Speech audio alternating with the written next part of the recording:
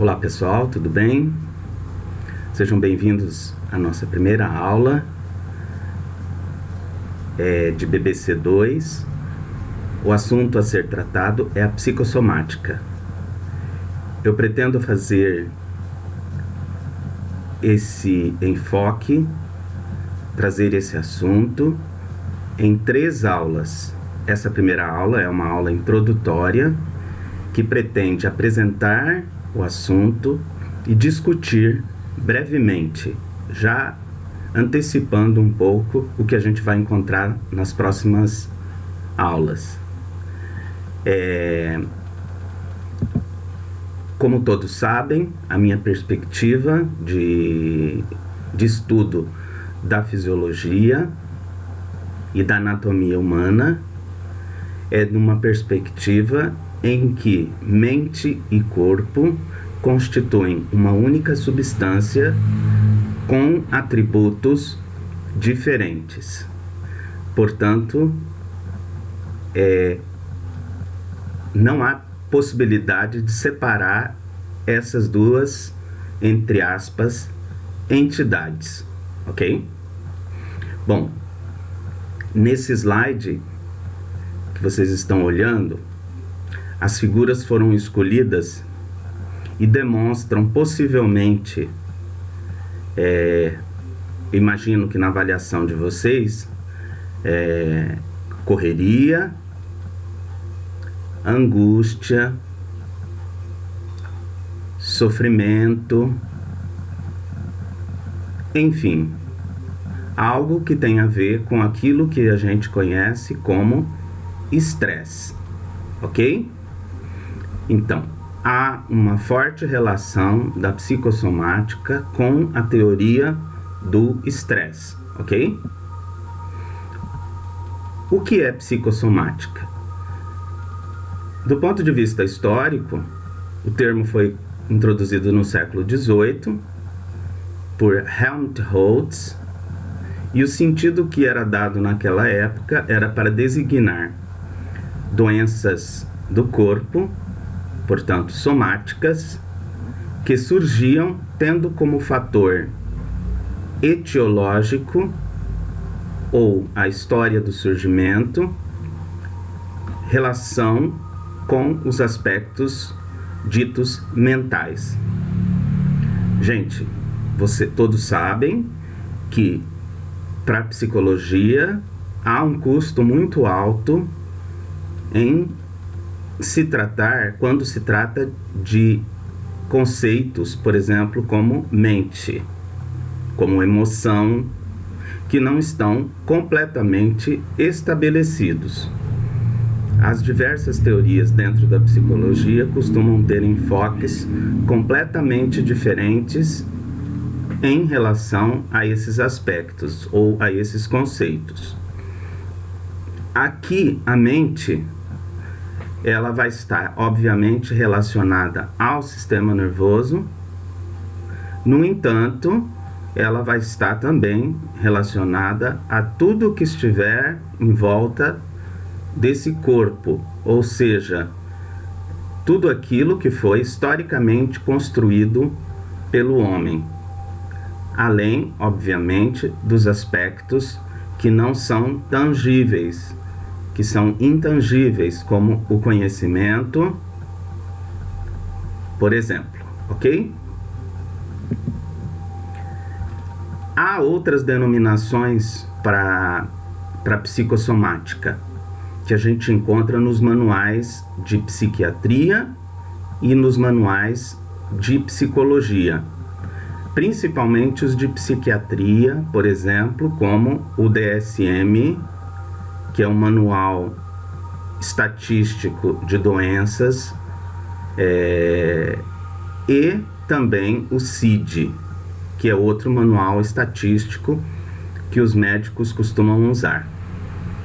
Dentre essas denominações, nós podemos encontrar a somatose, lembrando que soma é corpo, ose tem a ver com distúrbio ou doença. Essa denominação é de um fenômeno clínico que se expressa no corpo. Ela também se encontra, então, como doença psicossomática, como conversão psicossomática, manifestação somática, manifestação somatoforme, transtorno somatoforme, distúrbio psicossomático, psicopatologia somática. Enfim, há diversos nomes para essa perspectiva. Gente, olhando numa perspectiva do holismo, esse conceito de holismo, ele é um conceito que vem da Ásia, que tem a ver com o todo, o estudo do todo. Então, olhando numa perspectiva holística, aquilo que se considera doença, nós podemos encarar que essas manifestações que chamamos doenças, elas são manifestações que ocorrem nessa relação do homem com o seu ambiente histórico-social. Não importa se infecciosa, de origem infecciosa, ou seja, quando a gente tem o corpo é atingido por antígenos como vírus, bactérias ou fungos, né? Ou então doenças alérgicas, quando o corpo reage, o sistema imunológico reage além da conta, na tentativa de proteger o corpo, ou então quando o próprio corpo, o próprio sistema imunológico atinge tecidos do próprio corpo, como são chamadas, que são chamadas de doenças autoimunes ou de autoagressão. Além de, por exemplo, as neoplasias, que são os diversos tipos de cânceres, né? Então, no nosso entendimento, e é isso que eu quero trazer para vocês, o nosso corpo, ele está conectado a esse ambiente histórico-cultural, histórico-social, e é desse ambiente, é dessa relação que vão aparecer as doenças. Portanto, psicossomática também pode ser um termo questionável no sentido de que todas as doenças, e não somente um grupo de doenças, são psicossomáticas, mas todas elas atingem o corpo como um todo. Não há uma dor no dedão do pé que a gente possa isolar do restante do corpo. Você tem todo o corpo, inclusive, obviamente, aquilo que se chama mente atingido por essa manifestação. No DSM-4, já temos os 5, mas pouco mudou, nós temos os chamados transtornos somatoformes, é uma outra forma de tratamento da psicossomática. Sugerem uma condição médica geral, porém não são completamente explicados por uma condição médica, pelos efeitos diretos de uma substância ou por um transtorno mental. Também chamado transtorno de somatização, somatoforme indiferenciado, podendo ser conversivo, doloroso, hipocondria, transtorno dismórfico, transtorno de somatização sem outra especificação. Gente, nós não vamos tratar de cada um deles, porque são conceitos produzidos dentro desse manual psiquiátrico americano, né, que é o DSM-4. Veja bem que eu estou chamando atenção para duas coisas. É um manual psiquiátrico, e quando a gente pensa em psiquiatria, nós estamos falando em psicofarmacologia, né, e de uma outra forma de entendimento, ou uma forma de entendimento do funcionamento do mental baseado na biologia, essencialmente na biologia, né? Esse aspecto é importante considerar. Outro aspecto é que é um manual produzido por uma entidade de um país que são os Estados Unidos, né? Bom, no CID-10 aparece então lá em F45, que são códigos, né, de doenças, como transtornos somatoformes, que é a apresentação repetida de sintomas físicos juntamente com a solicitação persistente de investigação médica, apesar de repetidos achados negativos por parte dos exames e de reasseguramentos pelos médicos de que os sintomas não têm base física, seja no sangue, né, seja na anatomia. Por exemplo, transtorno de somatização, também é outra forma de tratar o que se chama de psicossomática, ou que eu estou chamando de psicossomática.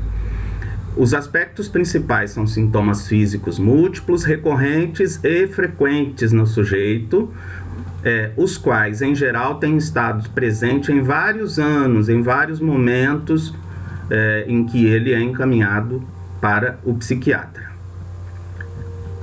Gente, esse aqui é o conceito que eu vou utilizar, tá? Embora não seja satisfatório, mas é preciso a gente se ater a um conceito, para não ficar livre e fluida as coisas, né? Então, o que é psicossomática? Psicossomática é o estudo da pessoa como ser histórico. Histórico, obviamente, aqui não precisa de outras denominações conjuntas, mas eu estou falando do histórico social, histórico cultural. Então, é o estudo da pessoa como ser histórico, que é um sistema único, constituído por 3 subsistemas: corpo, mente e sociedade. Obviamente que esses 3 subsistemas, eles não estão separados, eles estão completamente associados. E é dessa associação que vem as chamadas doenças. Obviamente aqui nós vamos nos ater nessa perspectiva de que existem determinadas doenças que podem ser consideradas psicossomáticas. Fazendo uma grande crítica, nós poderíamos dizer que todas as doenças elas vão atingir o psíquico, né? O psíquico e o soma, de alguma forma, né? No entanto, aqui nós vamos estudar então essa ideia de psicossomática relacionado a algumas doenças. Nesse estudo, eu estou usando o livro do professor Júlio de Mello, tá? Que eu já mandei para vocês alguns capítulos, né? Nessa edição trata-se do capítulo 13, que é a psicossomática hoje, ou psicoimunologia hoje, né? Na verdade, quando se fala em psicossomática, na verdade nós estamos falando da relação de vários estudos, imunológico, neurológico e endocrinológico.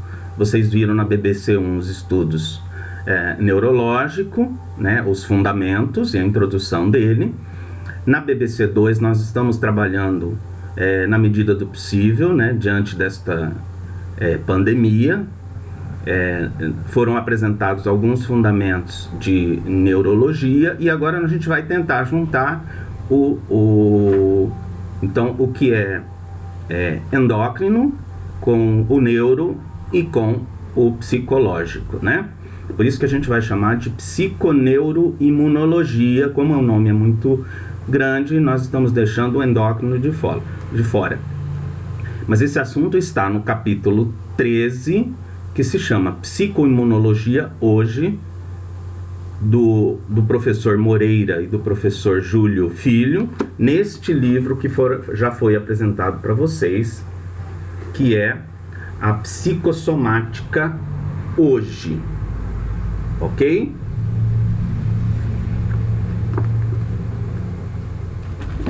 É isso.